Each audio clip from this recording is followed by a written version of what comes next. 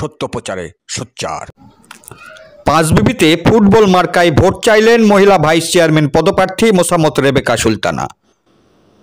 আগামী 21শে মে পাঁচবিবি উপজেলা পরিষদ নির্বাচন, আর মাত্র 3 দিন বাকি। শেষ মুহূর্তে জমে উঠেছে প্রার্থীদের নির্বাচনী প্রচারণা। প্রার্থীরা ছুটে চলেছেন শহর থেকে গ্রামে গঞ্জে, পাড়া মহল্লায়, বাড়ি বাড়ি। শেখ হাসিনার স্মার্ট উপজেলা গড়ার প্রত্যয় নিয়ে গণমানুষের সেবা করার লক্ষ্যে ফুটবল মার্কায় ভোট চাইলেন মহিলা ভাইস চেয়ারম্যান পদপ্রার্থী পাঁচবিবি পৌর মহিলা আওয়ামী লীগের সাধারণ সম্পাদক মোসাম্মত রেবেকা সুলতানা। আজ 18 মে রোজ শনিবার বিকেলে পাঁচবিবি উপজেলার রাধাবাড়ি ও রাধানগর গ্রামের বাড়ি বাড়ি গিয়ে লিফলেট বিতরণের মাধ্যমে ভোটারদের কাছে চাইলেন দোয়া, আশীর্বাদ ও তার ফুটবল মার্কায় একটি করে ভোট।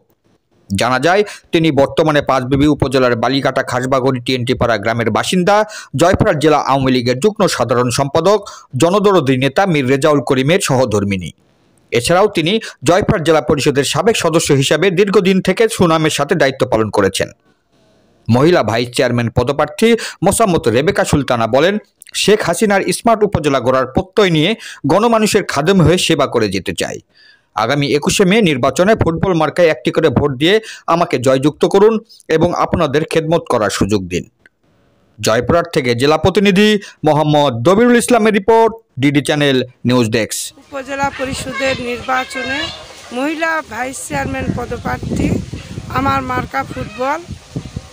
আমি যদি সকলের সমর্থন পেয়ে এই উপজেলাবাসী আমার ফুটবল প্রতীকে ভোট দিয়ে আমাকে নির্বাচিত করে, আমি এলাকার উন্নয়নে এবং এলাকার জনগণের পাশে থেকে তাদের বিপদ আপদে সহযোগিতা করব এবং শেখ হাসিনা স্মার্ট বাংলাদেশ করার লক্ষ্যে আমি কাজ করে যাব।